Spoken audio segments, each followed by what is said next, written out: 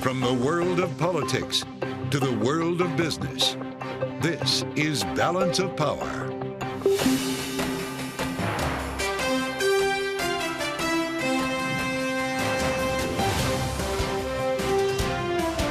Live from Washington, D.C. From Bloomberg's Washington, D.C. studios to our TV audiences worldwide, welcome to Balance of Power. Alongside Joe Matthew, I'm Anne Marie Horder. A vote on the House floor tomorrow at high noon. That's what Congressman Jim Jordan says will happen as he tries to bring his fractious caucus together to support his bid for the Speaker's gavel. Support appearing to grow for the Freedom Caucus member, but is it enough to get him to 217 votes on the floor? We'll talk with Congressman Tim Burchett of Tennessee. And in the Middle East, fears of the conflict spreading to the wider region as Israel continues to amass forces on the border with Gaza. President Biden now weighing a trip to the region as soon as this week. We'll talk with former Congresswoman Jane Harman. Anne-Marie, welcome back to the Capitol. You're back just in time for a vote on the Speaker tomorrow. Pretty remarkable. But, of course, we've got our eyes on Israel as well and talk today of this visit by Joe Biden in the midst of what could be preparations for or an actual ground invasion of Gaza. Quite remarkable. Yeah, potentially, that is what is expected of what you see going on in Israel. Dire images over the weekend coming out, both more about this massacre that occurred on the Israeli side, but also what is happening now in Gaza. And lots of confusion, yes, Joe, whether or not these individuals in Gaza can actually get out and if humanitarian aid can get in. That's right. A lot of talk, as we had here on Friday on Balance of Power, of safe zones, of humanitarian routes. With the headline today, a remarkable one on the terminal, 1,200 Palestinians believed to be beneath the rubble following continued bombardment. Absolute dire situation. Yeah. And Secretary of State Antony Blinken is back in Israel today. He sure is. This was after a really frenetic diplomatic shuttle throughout the region.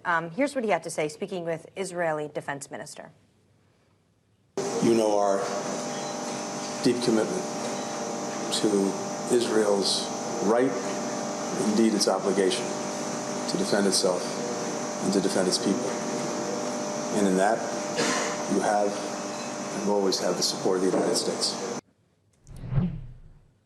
An unscheduled visit once again back in Israel, the Secretary of State, and joining us now here at the table in Washington, Bloomberg's Kayla Gardner and Jonathan Tamari. It's great to see you both. Kayla, you cover the White House for a living. The preparations that would have to go with the logistics behind a trip like this would be remarkable. There's technically a hot war going on there now, and the president would be touching down in the middle of this. Is it possible? Absolutely. I mean, we saw this earlier this year with Biden going to Kyiv, right?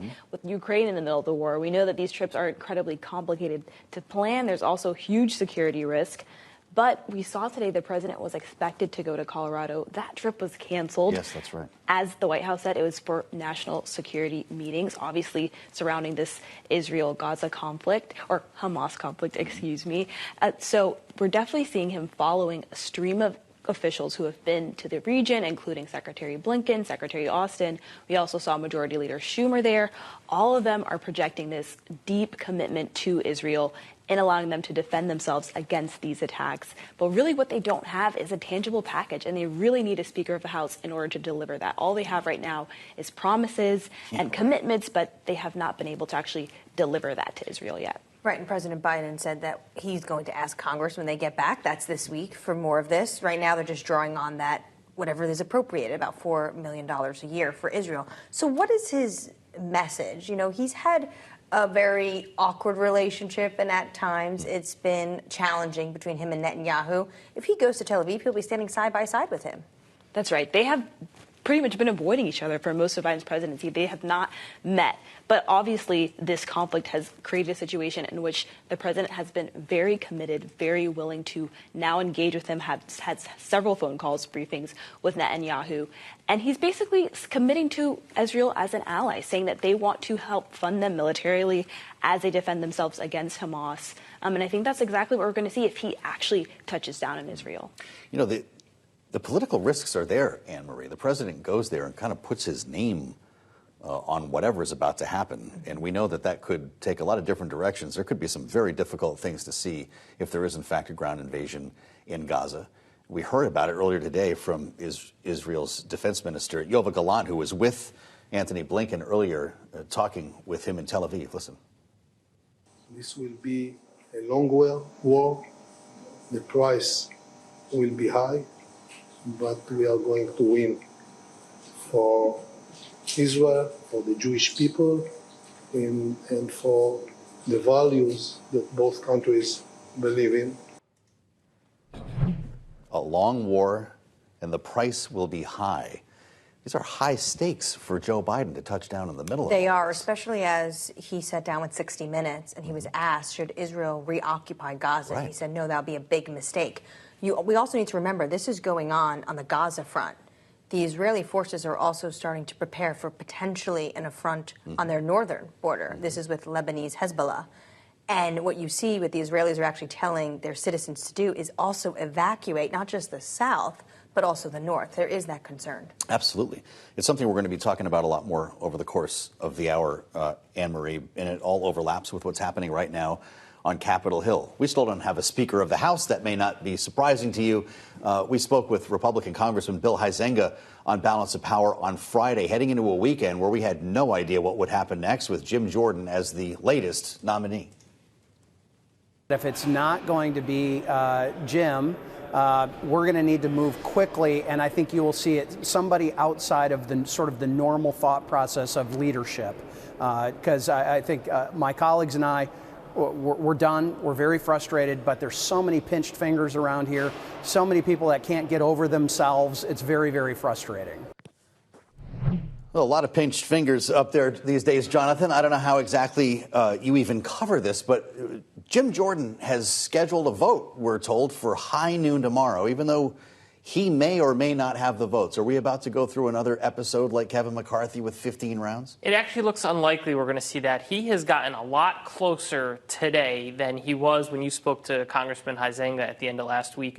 We have seen numerous mainstream Republicans even the number of people who have been very resistant to Jim Jordan, come out and say they've had conversations with him, they've had assurances, they're now supporting him. There's also been a very intense pressure campaign from Fox News, from grassroots Republicans, from Republican influencers on Twitter to really pressure all of the holdouts, and it appears to honestly be working. He seems he's very close, he's within striking distance of getting the votes that he needs. Wow. The hitch is always, it only takes 4 or 5 people to hold out, but if you follow the Republican Party in recent years, the Trump wing has usually won, and it appears to be moving in that direction right now. Well, you're looking at 3 of them that he picked up just from his weekend push. I'm curious about these 18 Republicans who are in Biden districts. Yeah. How toxic is a vote like Jim Jordan going to be for them? I think it could be a pretty difficult vote. I mean, I think he could become on the right what Republicans did to Nancy Pelosi for many years and kind of really made her this boogeyman that they used in campaigns. Jordan is a very well-known figure, much more well-known than your average member of Congress. You mentioned these Biden districts. He was a key figure in trying to overturn the election in 2020. So the voters in those districts who supported Biden are not going to be appreciative of that.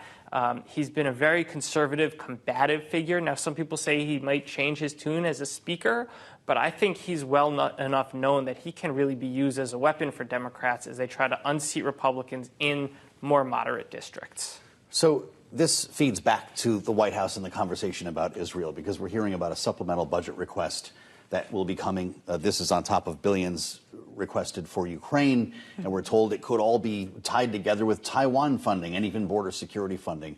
Is the White House busy on this right now? Yeah, we're expecting to see this week, and it's almost certainly going to include the things that you mentioned. Funding for Ukraine, funding for Israel. And this is going to be interesting to see because there's been division on both parties. For Republicans, it's been for Ukraine. For Democrats, it's been Israel. So potentially tying these two things together could overcome any potential stalemate. And Taiwan funding, border security measures, those are also things that have been a huge ask of Republicans. That could really pull some of those Republicans who are opposed to Ukraine funding in the stopgate measure for them to actually entertain this request from the White House. Right. There's something in there basically for everyone cast a wide enough net, you're able to get a bipartisan push. Yeah. But Jonathan, would a Speaker Jim Jordan even bring Ukraine aid to the floor? I think that's one of the big questions, and I think that's part of what's been under discussion with him and some more of the mainstream Republicans who had held out on him. Some of them have said that they've received assurances when it comes to international affairs and partnerships. Those are kind of vague statements. It doesn't necessarily mean he's committing to Ukraine aid, but it sounds like they've been pressing him on that. I think it would be one of the first tests. If he does in fact become Speaker tomorrow, it would really become one of the first tests to see whether he's still the hard-charging Freedom Caucus Jim Jordan or if he adopts a different style as the Speaker. It would be certainly an interesting one. And the pressure gets higher now that the Senate is back, because the Senate's been out. Now they're going to be back. They're going to actually start moving things, and there will be a contrast between the two chambers if the House still doesn't have a Speaker and the Senate is moving ahead with actual legislation. Absolutely, and the Senate's not just back. Some of those members were just in Israel, like Joni Ernst, right. Chuck Schumer, Mitt Romney. All right, our thanks to Bloomberg's Akela Gardner and Bloomberg's government Jonathan Tamari. Coming up on the program, Congressman Tim Burchett of Tennessee will be with us to talk the Speaker's race and more. That's next right here on Balance of Power.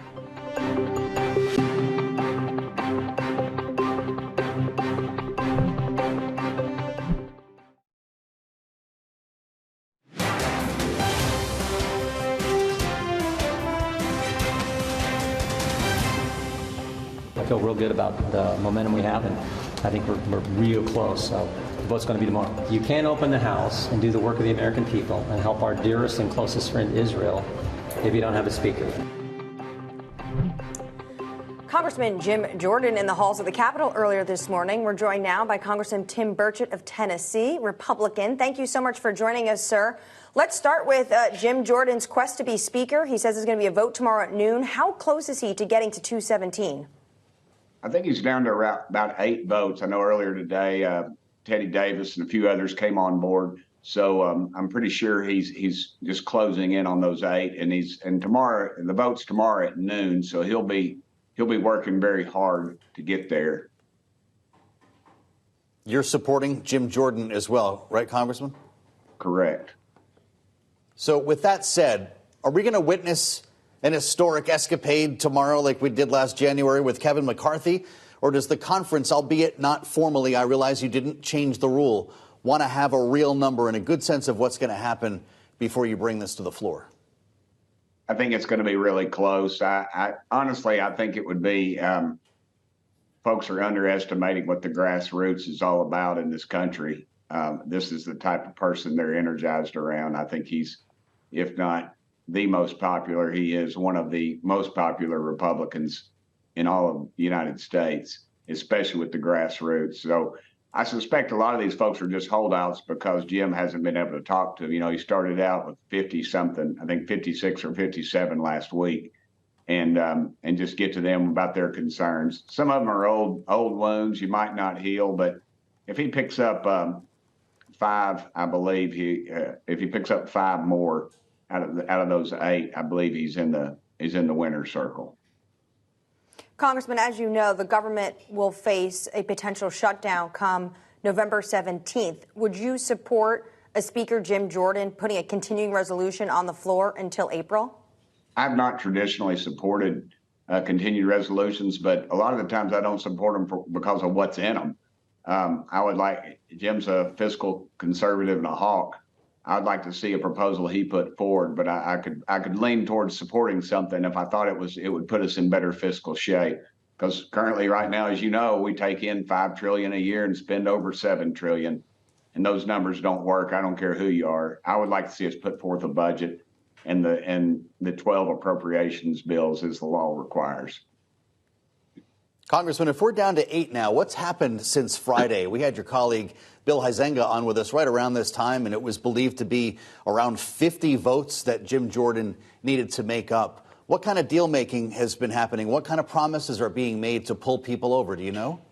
I don't think there's been any real deal making. I think it's just reaching out to folks. A lot of times politicians are just like anybody else. They like to know the person in charge is concerned about what's going on with them and what's going on in their district. And I think Jim will do just that. I think he's very good at one-on-one. He's good to the group too, but one-on-one is where he excels. I think he's talking to them about what's important to them and making sure that their priorities are the same priorities: a strong defense, a strong border, funding for Israel, as he said so eloquently in the preamble here to this show. So I would think those are the things that people were concerned about, and I think he's expressing them to them. That's why he's closing the number. He's got 42 over 45 of those have converted since earlier this week.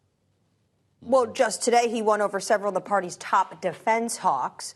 Has he spoken to you directly about Ukraine aid and how he would approach that? We know the White House is going to be asking for more of that alongside and potentially linked to aid to Israel. Yeah, the State Department is wanting to tie those two together. I just don't see a need for tying them together. I don't think that's a wise move at all. If we're here, put two bills up, let people vote them up or down. I would dare say there'll be very few vote against Israel, and the Ukrainian thing would probably pass regardless. So, because you pick up most of the Democrats and a few Republicans. So I don't see why putting everybody on the spot for something like that, because that's something that I would have to question myself, whether we do that or not. I think that's not the way to govern. I think you ought to let everything stand on its own, especially spending bills. And I think that was part of the problem we had with the prior speaker. Mm-hmm. Congressman, we heard a lot about Jim Jordan, certainly over the weekend, while it became clear that he was the nominee and was going to lean into this week. It was a big topic on Sunday morning television. A couple of moments from his past, accusations that he helped to cover up sexual harassment or sexual assault as a wrestling coach. And then with regard to January 6th, what we've been hearing from Liz Cheney. She tweeted that Jim Jordan urged that Mike Pence refuse to count lawful electoral votes. If he's nominated to be Speaker, Republicans will be abandoning the Constitution. What's your reaction to these? Well, Liz is she got beat in a primary, and she got beat pretty bad, actually. So she's got an axe to grind with a lot of people, and Jim's just one of them. And as far as the wrestling thing goes, I mean, that's been over and over and over. They bring that up all the time, and it just doesn't go anywhere. So I'd assume that's just they'll keep bringing that up to the day Jim dies. And as far as what if we took Liz Cheney's name off of that statement, though? His involvement in the conspiracy surrounding January 6th, is that something that concerns you?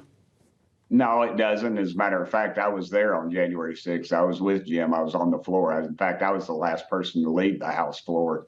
And when I called with my concerns to the committee and to the investigators, I did not receive a call back. I waited a week, and then again, it did not happen. And then I asked to see the footage. I was denied that, but I was allowed to somebody who could show me some of the footage to show what was something that was going on, and I wanted them to know about it, and yet they still weren't concerned. So I think the American public's moved on from January 6th, and I never get asked about it when I'm out in public or up here even. So Liz is going to keep being Liz, and that's what keeps her name in the spotlight. But I'm afraid that ship sailed a long time ago. Congressman, thanks for the time today. Tim Burchett of Tennessee. We appreciate your insights today on Bloomberg. And we'll keep you posted, of course, on the speaker race as we head for a vote tomorrow. Coming up, the U.S. looking at tightening rules to keep advanced chips out of China, as the Huawei smartphone powered by made-in-China chips gives Apple more competition. We'll have that story coming up next on Balance of Power. This is Bloomberg.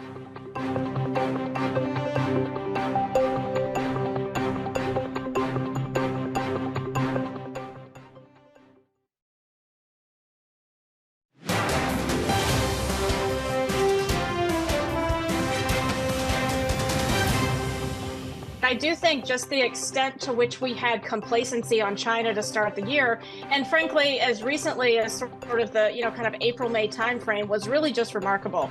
So it's not surprising to me that it's going to take some time to see that complacency unwind. So I think there's still some room for this whole love of the China recovery story to unwind, even though it seems like we've been talking about it for a while now. Lori Calvasina of RBC Capital Markets on Bloomberg a bit earlier today discussing China, a market where Apple is facing headwinds now for its new iPhone 15. Bloomberg's Kaylee Lyons is here with more. Hi, Kaylee.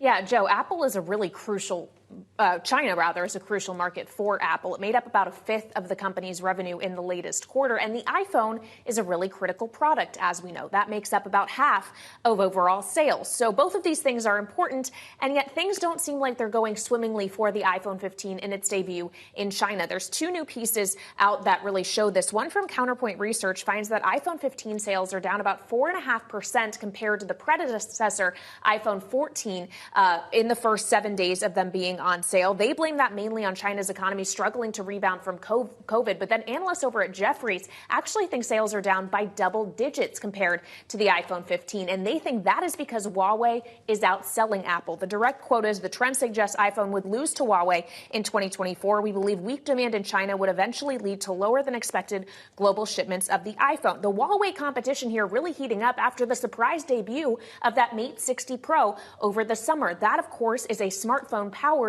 by an advanced 7-nanometer chip, which was made in China technology by SMIC. And that has not just gotten the attention of Apple as it tries to compete, but the U.S. as well, considering this is manufacturing capability that the U.S. was trying to avoid China actually getting with curbs that are in place. So now our great team here at Bloomberg is reporting overnight that the U.S. is actually looking to tighten some of those measures, restrict access further to some of this chip-making gear for things not just like smartphones, but artificial technology as well. So that's what they're looking at now. It could set new guidelines for a company, say, like NVIDIA, who has been trying to get around this by giving less advanced chips, selling them to China. This could tighten things up more and get rid of some of those loopholes.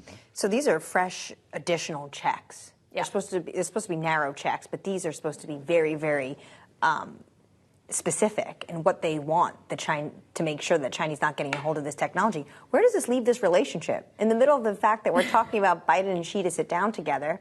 Well, it underscores the fact that this relationship is still quite contentious in many areas, and trade and technology specifically is one of them. And interestingly, our MLive poll survey that was out just today looks at the trade relationship between the U.S. and China, really the trade war, and surveyed 320 respondents about that, about how it impacts the markets and the economy. More than 80% of those respondents said it hurts Chinese stocks, which is interesting here. Another interesting point I saw was that they asked who they thought was winning the trade war. 40% said the U.S. was ahead. Only 24% said that about China, but clearly an ongoing narrative between these two largest economies in the world, and market participants and companies have to pay attention. You wonder to what extent a slowing economy impacts all of this, especially as consumers begin to cave.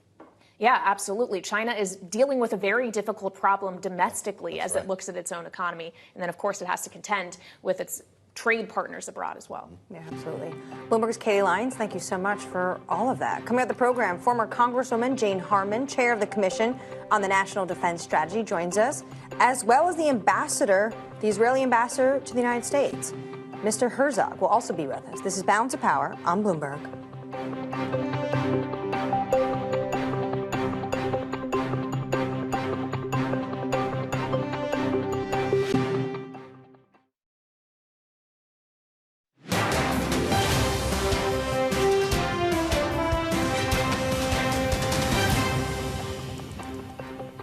This is Balance of Power on Bloomberg TV. Israel's defense minister telling the U.S. to expect a, quote, long war against Hamas as Secretary of State Antony Blinken returns to Israel for further talks. This as President Joe Biden is also considering a visit.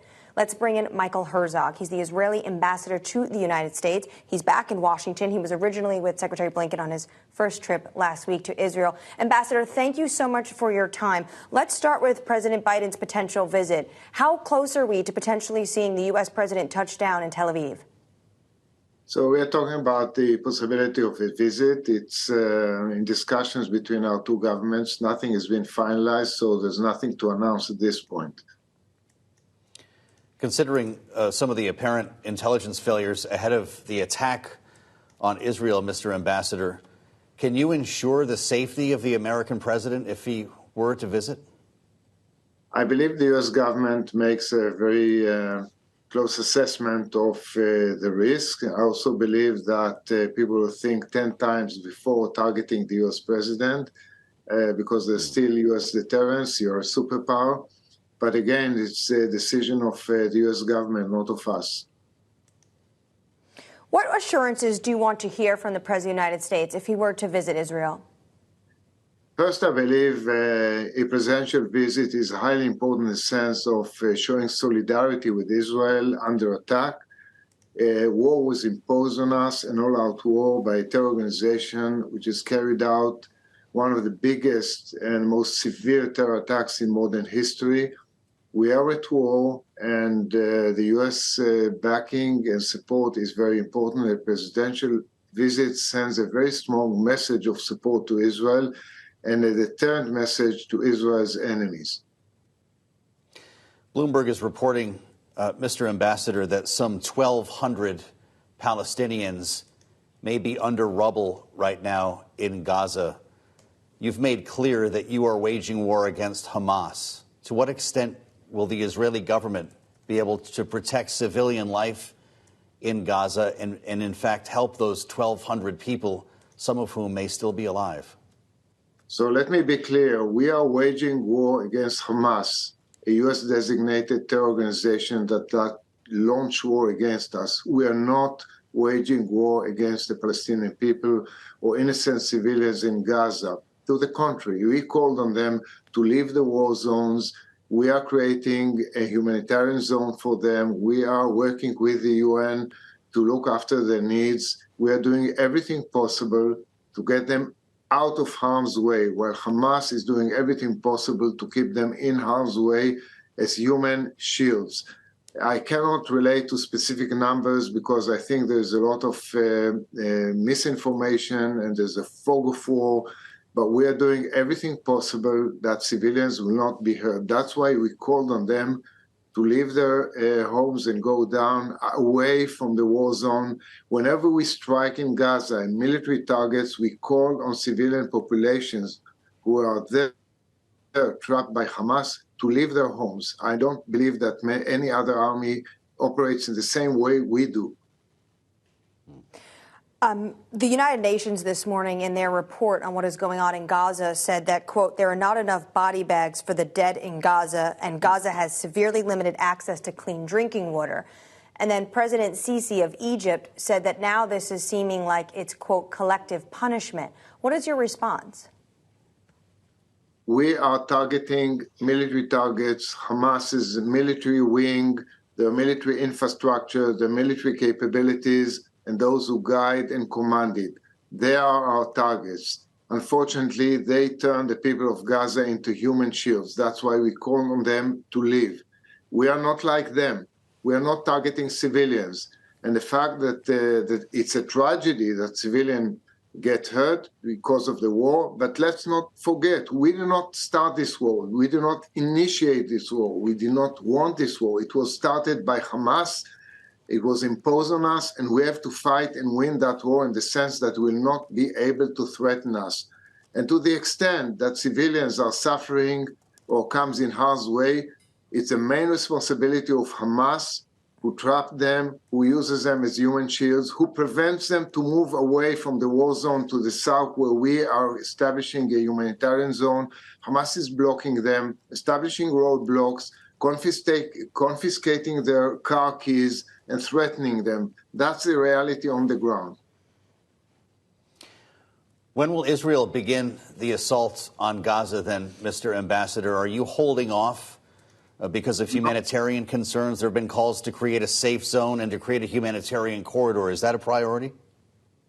Of course, it's a priority, but I'm not going to put a timetable on the ground operation. We are preparing it. Everybody knows that it's in the works. And when it comes, it comes. Again, this is a war that we have to fight. It was imposed on us. And there's no other option for Israel strategically other than defeating Hamas. Because if we don't, then we invite further aggressions, more severe aggression against the state of Israel by Hamas and by Hamas's allies and by their patrons in Tehran. Do you think you can root out Hamas without occupying Gaza? It is not our intention to reoccupy Gaza and rule over the lives of 2 million Palestinians. That definitely is not the option. But given the fact that we are at war, We cannot conduct the war only through airstrikes, and as everybody knows, we are preparing also a ground operation. Ground operation doesn't necessarily mean that we are going to occupy Gaza and stay there for years. That is not the intention. Will you continue to attempt to find hostages then until and after a ground invasion occurs, or is this the window of opportunity now, Mr. Ambassador? Well, the issue of hostages is very high on our agenda for obvious reasons. We are still in the process of trying to form an accurate picture of how many kidnapped people are there, who they are, and what is their exact condition. And as we go along, we'll see what we can do about this issue. But we hold Hamas accountable for any harm done to any of the kidnapped. We're talking about close to 200 people, not only Israelis. There are Americans there. There are other nations there. You have to understand that the terror attack that Hamas carried out on October 7th killed and kidnapped people from over 40 nations. This was an international terror attack. Mr. Ambassador, we know how busy you are, and we appreciate your time and insights tonight. Michael Herzog, Israeli ambassador to the U.S. on Bloomberg. We turn now to Jane Harman, former Congresswoman from California, current chair of the Commission on the National Defense Strategy, to add another voice to this. Jane, it's great to see you. Welcome back, as ever, to Balance of Power. Your thoughts after hearing from the ambassador on what appears to be the eve of a ground invasion, whether it comes in a day or two or maybe a week. This idea of the president of the United States dropping into the middle of all of this, is that a smart move for Joe Biden? Well, let me unpack that a little bit. I just heard the ambassador say it is not Israel's intent to occupy Gaza. He also said Israel's plan is to remove the Hamas leadership in Gaza and help deal with the number of hostages. I just heard that Hamas claims there are 250 hostages from many nationalities, but certainly a number are U.S. citizens in Gaza. So that is what he said. I think it's important that President Biden is considering a trip. In fact, he may be en route. I hope if he goes, he not only goes to Israel, but he goes to the Sunni Arab states and maybe to maybe even attempts a meeting. I can't imagine this would happen with the leadership of the Palestinian Authority. That's not Hamas. Hamas is a terror group, but at least a meeting with the neighborhood. And I think it's important to articulate an end game. President Biden is right to support Israel's right to defend itself. Israel was brutally attacked. It was a moment of moral clarity. But he should articulate what is an end game for the region, which, after all, was underway. And that was, at least as I understood it before this, some kind of a deal between Saudi Arabia and Israel and a path forward for a Palestinian state. That's a good end game, I think, with buy-in from the other states. If that is still the end game, how do we get there? What's the strategy to get there now? And it has to include removal of Hamas leadership. I don't see any option there. And by the way, the leadership of Hamas doesn't even live in Gaza. It lives in Doha, Qatar. Does everybody know that? The leadership lives in Doha. Which, as well as Istanbul, Turkey, Jane. That was going to be my question. How do you root out Hamas on the ground in Gaza when the political leadership flies between Doha and Istanbul? Well, I think it is a fair request by the Israelis to put those folks under some kind of house arrest, given this action that they just took. I understand that Qatar has complicated relationships with us as well as others. Qatar actually built Al Udeid, which I've been to many times, which is the operating base we use to coordinate our actions, military actions in the Middle East. And Qatar was a very good friend to take in thousands, 85,000 people leaving Afghanistan after our abrupt exit and do DNA tests and place them elsewhere. That was a big gift On the other hand, though, I think this relationship with Hamas leadership is very troubling. And if they're in Istanbul, too, it's very troubling. So if Israel really wants to eliminate that leadership, maybe President Biden or others could help make sure that that leadership is not able to cause any damage wherever it is. Well, Jane, it seems like a presidential visit would be fraught with political challenges potentially here, assuming that a ground invasion does follow the president's visit. He kind of puts his name on whatever Israel chooses to do here. So I wonder, if he does show up in person, is part of his message restraint? Yes, that is part of his message. Let's understand the fronts of this war could expand. There's not only Gaza, but as you've pointed out, there are attacks possibly from Hezbollah to the north, which is a different terror group also supported by Iran, and which has 100,000 precision-guided missiles, which have a range to hit Jerusalem. This is highly dangerous, and a number of Israelis have been evacuated from northern settlements in Israel.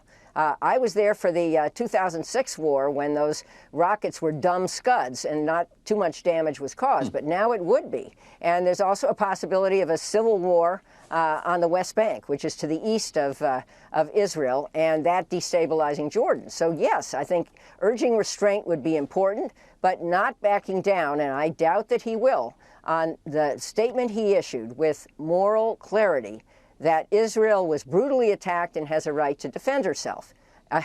What that defense looks like, the shape of it, and in what kind of a long-term strategy is what I'm talking about. And I'm suggesting that, in fact, I didn't suggest on this show, but a possibility for why this attack occurred now was to blow up the very deal that could be the good endgame for this whole thing. And that deal was the Saudis talking to the Israelis about a relationship plus a path to an independent Palestinian state. And why would they want to blow that up? This is Iran we're talking about. Iran would want to blow that up because it doesn't want its archenemy Israel to have a relationship with Saudi Arabia. So if we could get back to that, I think that would be, or get forward to that, with a much more clear-eyed view of the damage that has occurred and the fact that Israel carefully is responding. I think that that could be a good strategy to embrace. According to people I've spoken to, Jane, normalization plans are still going to be happening. There's just the fact of the matter is no meetings are happening at this moment because everyone is focused on what is going on in Israel and what is going on in Gaza. Do you see normalization, though, happening under the Biden administration? Normalization of what? Saudi Arabia and Israel? I think, I don't know. I mean, that was an aspiration, and it was getting closer before this happened. I just mentioned the fact that the justification for this horrific, brutal invasion might have been to blow that up. I think that seems more and more logical. Do I see us getting back to that? I hope so. I don't think tomorrow morning. I don't think this is over. I think Hamas leadership has to be removed. That's Israel's objective. And it would be wonderful if the border with Egypt could be open so humanitarian supplies could go into Gaza and a number of Americans and other nationalities could leave Gaza through that border. And that's been the request. It was supposed to happen. I'm surprised that the Egyptians are continuing to block it. Yeah, Rafah border, we're all paying attention to that. Jane Harman, thank you so much for your analysis today. Really appreciate your time. Coming up on the program, the speaker race is still on as hardline conservative Jim Jordan gains momentum in his campaign. We'll be joined by our political panel next. This is Balance of Power from Washington.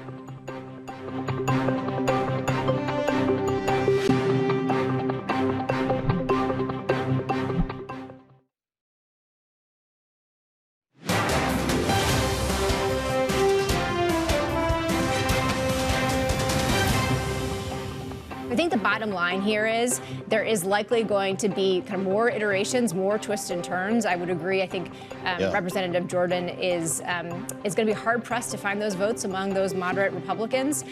So we might see this for several more days. But again, I think that when push comes to shove, there will be a Speaker of the House, and they will likely be forced to get some sort of Israeli aid and likely some Ukrainian aid added to that as well. That was Libby Cantrell, PIMCO head of U.S. policy and managing director, weighing in on the fight for the speakership here on Balance of Power. For more, let's bring in our political panel. Rick Davis, partner at Stone Court Capital, and Jeannie Shanzano, political science professor at Iona University. Thank you so much both for joining us. Rick, let's start with you. This is your Republican Party. Will Jim Jordan get to 217 tomorrow, even if it's 1 or 15 rounds? You know, I wouldn't want to commit to tomorrow. Can he get to 217? Maybe. It may take some time. I'm pretty confident he's not going to see it on the first ballot. There's still holdouts like Steve Womack and some of the Republican governance group who made up the vast majority of the 50-some, 57 that did not vote for him to begin with. So you only need 4 to knock down the election. And I'm pretty confident that we're dealing with a lot more than that who are still holdouts to Jim Jordan and probably likely will be at noon tomorrow. Well, this is pretty remarkable. As if we go back 2 weeks ago, I believe it was 2 weeks to the day, Jeannie, when Jim Jordan spoke to us here on Balance of Power and said, "I do not want to be speaker." Fast forward to today, forcing a noontime vote tomorrow. In an apparent strategy to scoop up the 8 or so, Tim Burchett, by the way, told us earlier this hour, 8 to go here for Jim Jordan to reach 217. So what happened for everybody to fall down over the weekend, Jeannie? Is this deal making, or is this just people acknowledging the inevitable? You know, I think it had to be a lot of arm twisting, a lot of deal making. You know, the reality is that the moderates who are most not unsupportive, if that's the right word, of Jim Jordan are also the ones who are going to face both challenges from the right and the left because they're running in Biden districts. And so they have a really, really tough call here to make. So, you know, we saw some of these people already turn, and whatever deals were struck, despite the fact, just like Jim Jordan said he wasn't going to run, now he is. He said he wasn't going to make deals. Now apparently they are. It'll be interesting to see what those deals are. I think it is possible that he gets there. I agree with Rick. I don't know if it's going to be tomorrow. But if he does get there, think about the fact that this is somebody that 10 years ago John Boehner described as a legislative terrorist, that he is going to be running potentially the Republican caucus, a man who, quite frankly, in all his years in the House, has barely ever pushed forward successfully a piece of legislation. That is the Republican Party going to lead the House potentially starting as early as tomorrow. It's stunning for anybody who covers the House. Well, Jeannie, Hakeem Jeffries was on Sunday show this weekend, NBC's Meet the Press. This is what he had to say. There are informal conversations that have been underway. When we get back to Washington, it's important to begin to formalize those conversations. They're ready, willing, and able to potentially work with someone that they could potentially make a deal with. If Jim Jordan doesn't get it, is that the time for Hakeem Jeffries to really try to strike a deal? You know, I think it is. And quite frankly, Anne-Marie, I'm a little surprised that they're waiting. I don't understand everybody leaving for the weekend. You know, we're having informal talks. We'll formally start them. I mean, guys, women, get going. We are 2 weeks into this. Strike a deal. What is everybody vacationing, returning home and waiting for? I'm not sure. But hopefully, if they can't push through somebody on the Republican side, they move along and find a consensus candidate. We've got to have somebody. There's so much going on in the world, as you were just talking about to the ambassador and to Jane Harman. Well, let's talk about what else is going on in the world here. Rick, we've been dealing with this idea of a supplemental budget request. It's impending for not only Israel, but a number of issues as well, including Ukraine.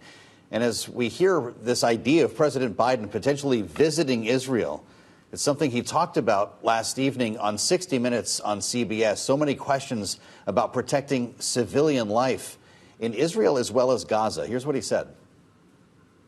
I think Israel has to respond. They have to go after Hamas.